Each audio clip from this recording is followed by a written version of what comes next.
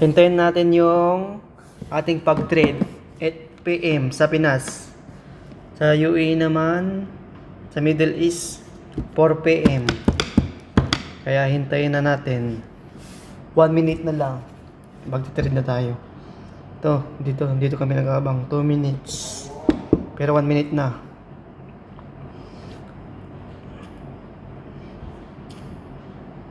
One minute. Kaya abangan muna natin.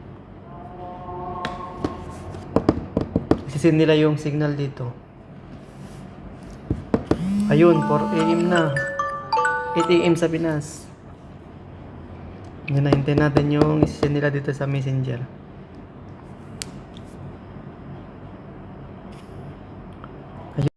Ayun, sininan nila yung yung signal natin. Ganito ang gagawin natin.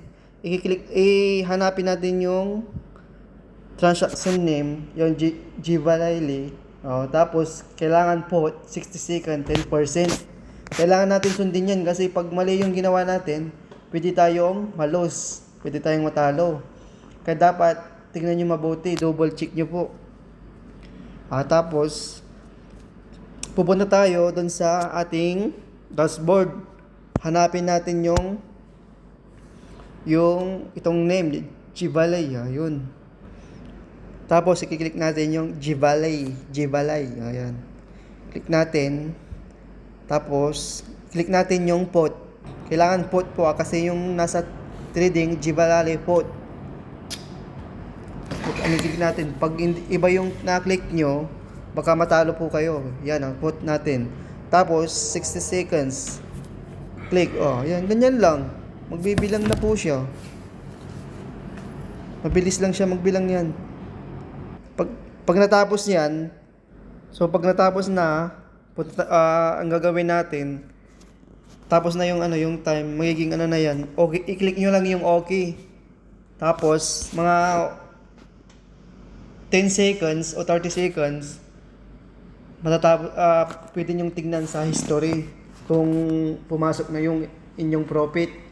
Ganito lang po kadali ang pagtitrade kay Eleni. Every 8 PM sa Pinas. 8 PM dapat naka-ready po kayo.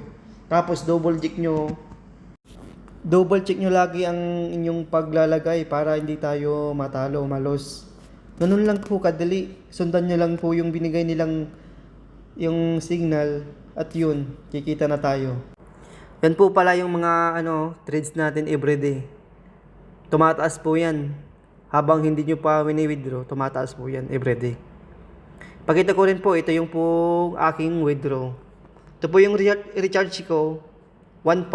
Total 1.5. Ngayon, yan, may na po yung kinita. Bali 3.6 na. Plus po yung withdraw ko na 500.